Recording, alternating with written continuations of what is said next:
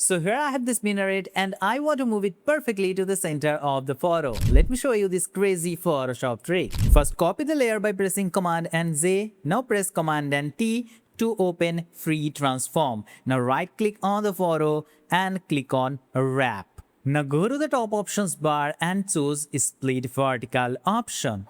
And next click on the image to create a vertical split point. Then exactly follow the same thing and create another vertical split point.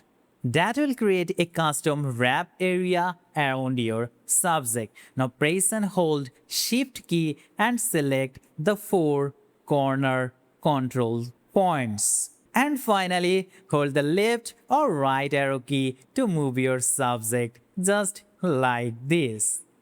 So that's it. I hope you loved this video. If you did, hit the like button, leave your comments, and don't forget to subscribe.